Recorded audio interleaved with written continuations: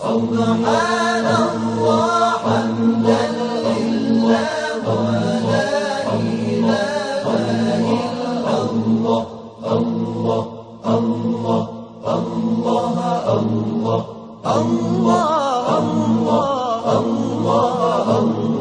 Allah Allah Allah Allah Allah.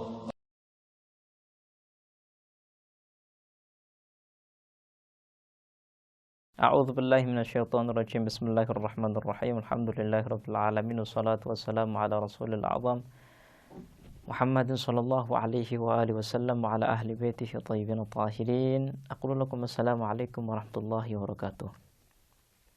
Para pemirsa dan pendengar yang dirahmati Allah Subhanahu wa taala, marilah senantiasa kita bersyukur atas segala nikmat yang Allah berikan kepada kita, dan kita minta kepada Allah supaya kita diberi hidayah, diberi bimbingan supaya kita bisa memiliki ma'rifah yang benar tentang Islam, dan kita bisa menjalankan ma'rifah ini di dalam kehidupan kita.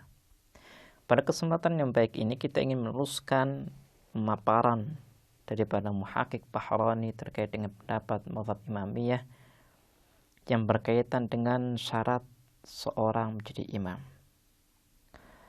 Beliau mengatakan, inna lamma bayyana annahu yajibu an yakuna al-imamu ma'suman, wajib an yakuna mustajmi'an li usul al-kamalat an-nafsaniyah, wa hiya al-ilmu wal-'iffah wa-syaja'ah wal-'adalah, wa yajibu an yakuna afdal al-umma fi kulli ma yu'addu kamalan nafsaniyan li'annahu muqaddamun 'alayhim.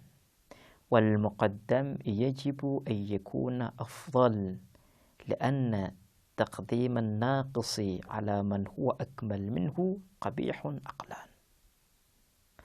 Kata beliau, seorang imam harus memiliki semua kesempurnaan jiwa. Salah satunya adalah ilmu, iffah, keberanian, dan keadilan, dan sifat-sifat yang lain. Kemudian beliau menuliskan, seorang imam harus lebih baik daripada umat. Artinya yang menjadi imam adalah orang pilihan, orang yang memiliki kelebihan di atas kelebihan umat. Kemudian kata beliau, kenapa sih seorang imam itu harus melebihi umat? Karena hukum akal. Hukum akal mengatakan bahwa ketika ada seseorang yang lebih pandai, lebih memiliki kompetensi dalam memimpin dari kita, maka dialah yang harus kita angkat sebagai imam. Jadi seorang imam harus lebih baik daripada yang lainnya. Kemudian kata beliau, seorang imam pun harus terbebas daripada aib-aib yang menjadikan masyarakat lari darinya. Dan seorang imam harus terlahir dari ibu yang suci, bukan dari ibu yang berzina. Artinya bukan anak zina, dan nasabnya juga harus bagus.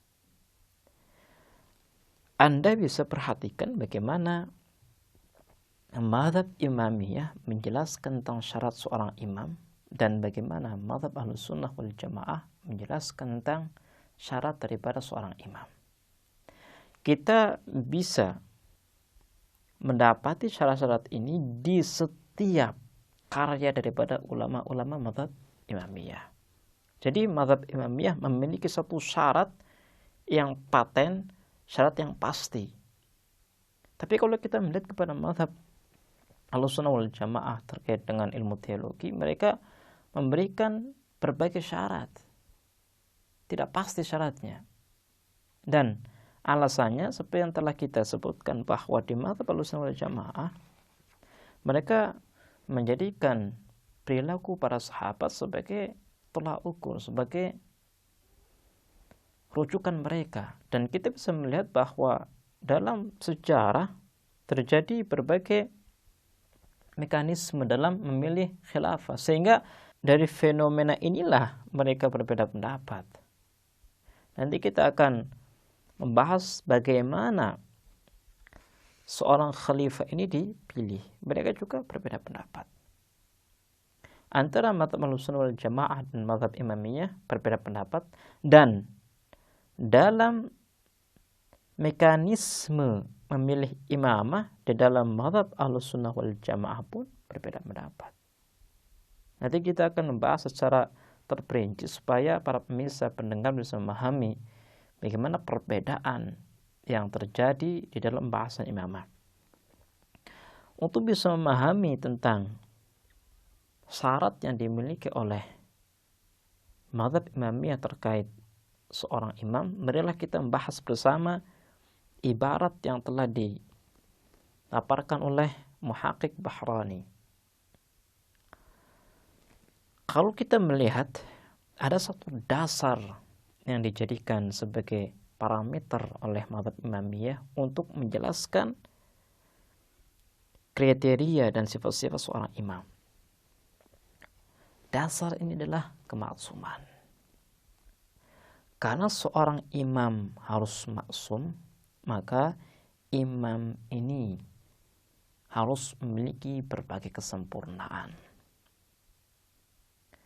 Karena yang namanya maksum itu adalah keterjagaan dari maksiat, keterjagaan daripada kesalahan.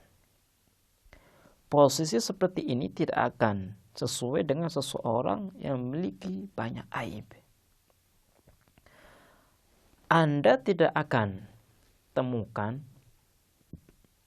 seseorang yang memiliki kemaksuman tapi dia tidak berani.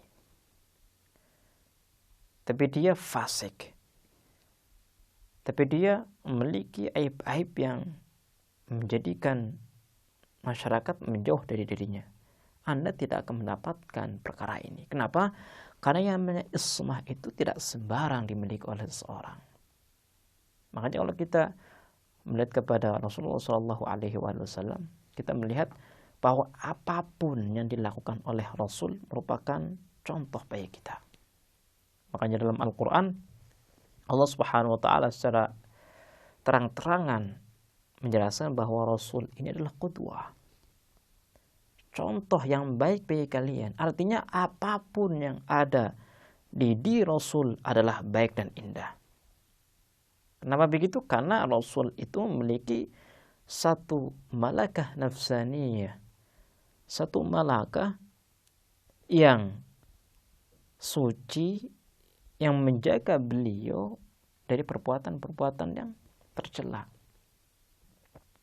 Karena beliau memiliki sifat ismah, maka apapun yang ada di dalam diri beliau adalah indah. Kita bisa melihat bagaimana Muhaqqiq Bahrani menjelaskan tentang satu sifat yang sangat mulia yang harus dimiliki oleh seorang imam, yaitu maksum. Dari sifat maksum inilah muncul sifat-sifat yang lain yang bisa kita fahami. Wajib an yakuna mustajmi'an li usulil kamalat nafsaniyah. Jadi harus memiliki berbagai sifat-sifat yang sempurna. Dan orang seperti inilah yang layak untuk berada di depan kita. Kenapa? Karena kalau kita melihat ke definisi seorang imam, kita melihat bahwa seorang imam itu bukan hanya mengurusi sisi duniawi saja, tapi seorang imam juga mengurusi sisi ukhrawi, agama. Nah, kalau seandainya dari sisi keilmuan, dari sisi kebaikan, kesempurnaan lebih rendah daripada yang lain, maka boleh jadi apa yang ditentukan oleh imam tersebut, khalifah tersebut, berseberangan dengan Islam. Karena khalifah tersebut tidak sempurna dalam memahami Islam itu sendiri. Makanya sebagian ulama yang tidak mensyaratkan ijtihad, ma'rifah yang sempurna tentang Islam dalam diri seorang khalifah, maka pertanyaannya akan tertuju kepada mereka adalah bagaimana mungkin kalian mengingkari tentang sifat ini, sedangkan kalian meyakini bahwa tugas penting seorang khalifah adalah menjaga agama dan mampu untuk mengurusi umat Islam. Semuanya itu membutuhkan satu ilmu yang sempurna tentang agama, tentang politik. Nah, kalau misalnya ada khalifah yang dia tidak terlalu dalam mengetahui agama, boleh jadi apa yang ia tentukan bertentangan dengan agama. Dan ini fatal. Dan ini tidak sesuai dengan wazifah, tugas seorang imam. Makanya kalau kita melihat kepada syarat yang disebutkan oleh mazhab Imamiyah, syarat ini lebih cocok daripada syarat-syarat yang disebutkan oleh sebagian ulama. Kenapa? Karena posisi seorang imam sebagai penjaga agama dan sebagai pengurus umat Islam. Baiklah pemirsa, insyaallah kita akan meneruskan bahasan kita di kesempatan yang lain. Kita akhiri, wassalamualaikum warahmatullahi wabarakatuh.